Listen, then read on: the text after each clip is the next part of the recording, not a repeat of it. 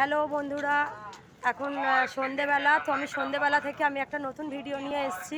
আমরা এক জায়গায় বেড়াতে এসেছি, ওই জন্য ভাবলাম যে তোমাদের সঙ্গে শেয়ার করি। আর ভিডিওটা দেখো, একটু আবঝা আবঝা লাগছে। এই দেখো, তপসা স্বস্তিকা ওর বাবার সঙ্গে যাচ্ছে। আমরা হচ্ছে এইটা পাহাড়ের ওপরে আমরা বিজয়ওয়াড়া দুর্গা মন্দিরে এসেছি। তোমরা কতটা ক্যাপচার হচ্ছে কিনা তা বুঝতে পারছি না। এই দেখো, চলো।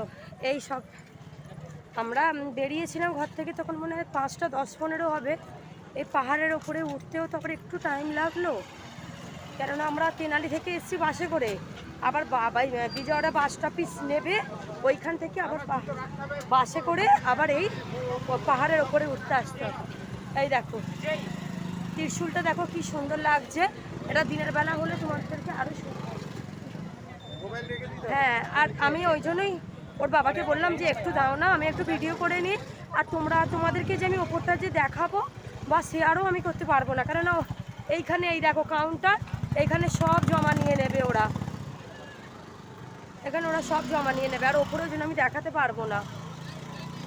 এই দেখো, আর এই তো দেখি তপস্যা জিভ দেখাতে নেই, সবাইকে ভালো বলে দিতে হবে। আর শরীরের মধ্যে কিরম ধাক ধাক করছে। হ্যাঁ, নো নো, এতটা উপরটা উঠেছি তো।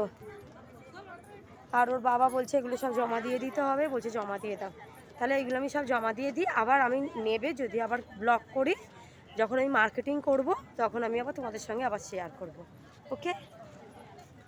যদি বিশ্বাস না হয় তোমরা ভাববে যে এই দেখো কাউন্টারে, এই দেখো এগুলো সব জমা নিয়ে নেবে, ক্যামেরা মোবাইল সব জমা নিয়ে নেবে।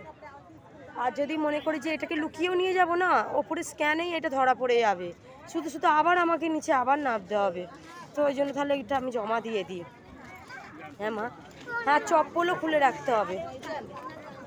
এটা হচ্ছে আমাদের অন্ধ্রপ্রদেশেরই বিজয়ওয়াড়া দুর্গা মন্দির। তাহলে ভিডিওটা যদি ভালো লাগে একটা লাইক সাবস্ক্রাইব করো। হ্যাঁ, আমি জমা দিয়ে দিই, আবার নিচে এসে আমি ভিডিও করব।